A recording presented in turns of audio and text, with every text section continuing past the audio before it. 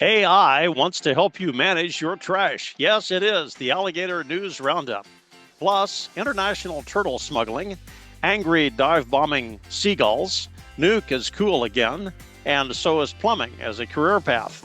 Top stories that you might have missed, and after we're done, you may wish you had. Number 5, Bloomberg. Cities look to AI to flag recycling mistakes. In our If They Can, They Probably Will department, the city of East Lansing, Michigan has placed itself at the forefront of ecological protection through intimidation. Can incarceration be far behind? Artificially intelligent cameras are being positioned on trash trucks to examine the contents of your recycle bin before emptying. When the camera finds something it doesn't like, such as obviously non recyclable plastic bags, plastic film, or gasp styrofoam, it will rat you out to responsible authorities.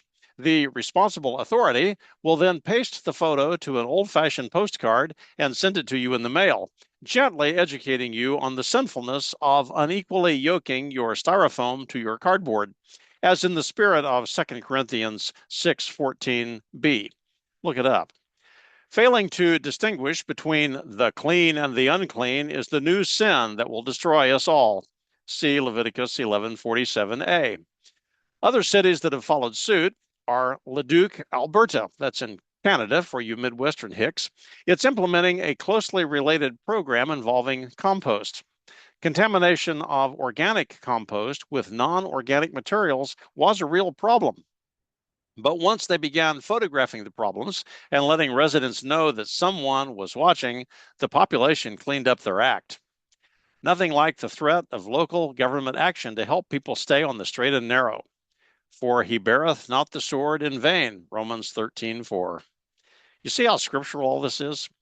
Some observers have voiced minor concerns that when refuse is photographed, other items in the bin might also be inadvertently captured, such as discarded bank statements, prescription psychiatric drug refills, pregnancy tests, old Bible study notes in your handwriting, or rags that you used for cleaning your guns. If AI happens to stumble across something indicating illegal or antisocial activity, it would naturally be expected to inform the police. None of this offers a reason not to photograph the contents of your recycle, of course, although experts urge care in handling such sensitive information.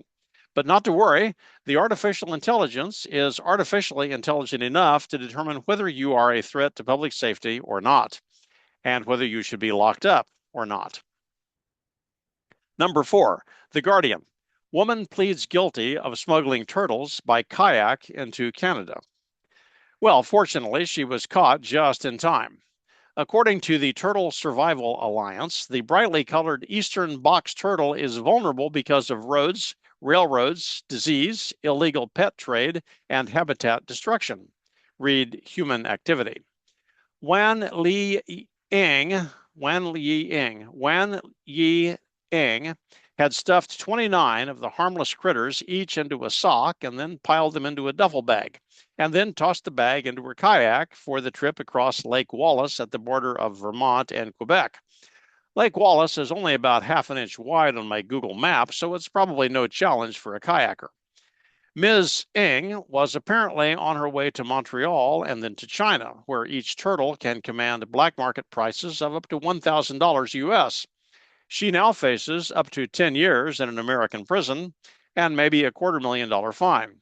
We are serious about our eastern box turtles here.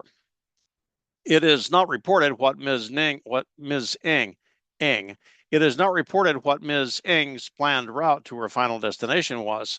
I'm not sure how the duffel bag full of turtles would manage coach class on an Airbus. Number 3, The Gateway Pundit. Dive bombing seagulls terrorize Scottish coastal towns. It's probably a human-caused problem again.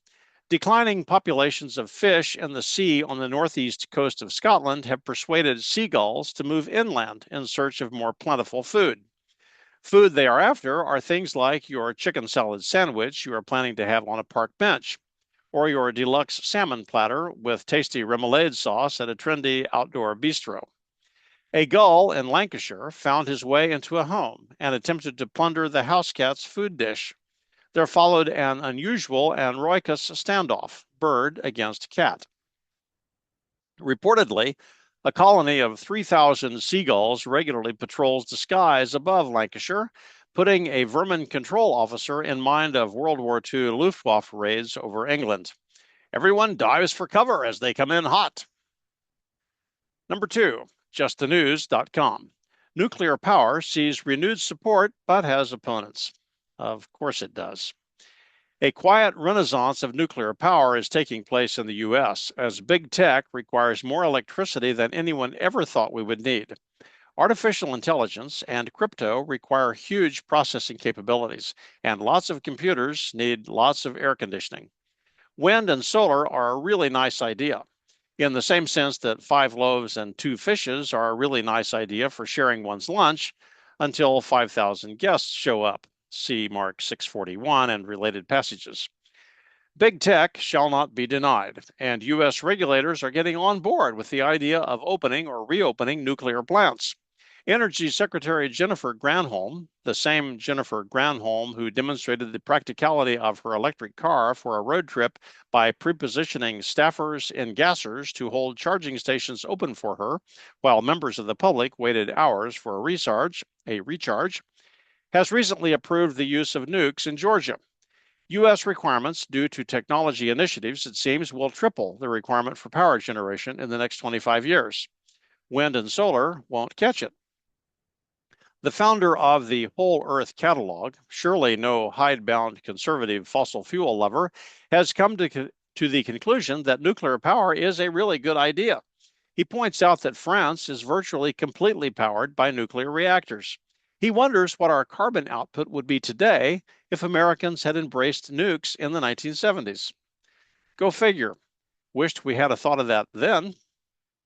On the other hand, Kimberly Wells, the fictional character played by Jane Fonda in The China Syndrome, 1979, and who knew more than the rest of us about the dangers of nuclear power, shuddered to think of the risks, at least in the studio when she was on camera. And that film got no less than 4 Academy nominations. So there. Also, the anti-nuke lobby in this country has a war chest of some $2.5 billion with which to fight nuclear power. It will be interesting to see Google and Amazon and other big techs face off against big tree huggers.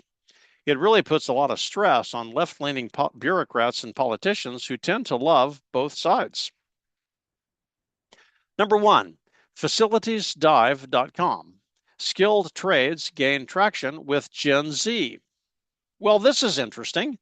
The generation now expecting to enter the workforce, defined as Gen Z, that would be ages 12 to 30 or so at this writing, are gravitating to real work in real trades. Carpentry, plumbing, HVAC, and electrical are making a comeback. A whopping 93% of Gen Z college grads say learning a skilled trade would be a better path for developing a career path than going to college. You know, in America, it is a virtual impossibility to get 93% of any group to agree on anything. Maybe they just haven't tried hard enough yet to find 6-figure employment in modern alternative subcontinent art criticism, or whatever it was they majored in. COVID didn't help anything. As college careers were put on hold, workers had to stay home, and many opted for early retirement. This has left the ranks of the employed with major gaps across the spectrum of jobs. 20-somethings are suddenly discovering that if they happen to know how to solder a copper plumbing fitting, or replace a residential air conditioner compressor, or wire a new factory for lighting, they can be paid quite well, for decades, and with benefits, and nearly always without any student debt. Hope springs eternal. There is certainly a place for higher education, but we will also always need plumbers in our midst. These assertions are not contradictory. They can both be true at the same time. Even university libraries have air conditioning and bathrooms. Nothing brings joy to a crowded household like a competent plumber who shows up on time. Thanks for joining the Alligator News Roundup for Friday, October 25, 2024.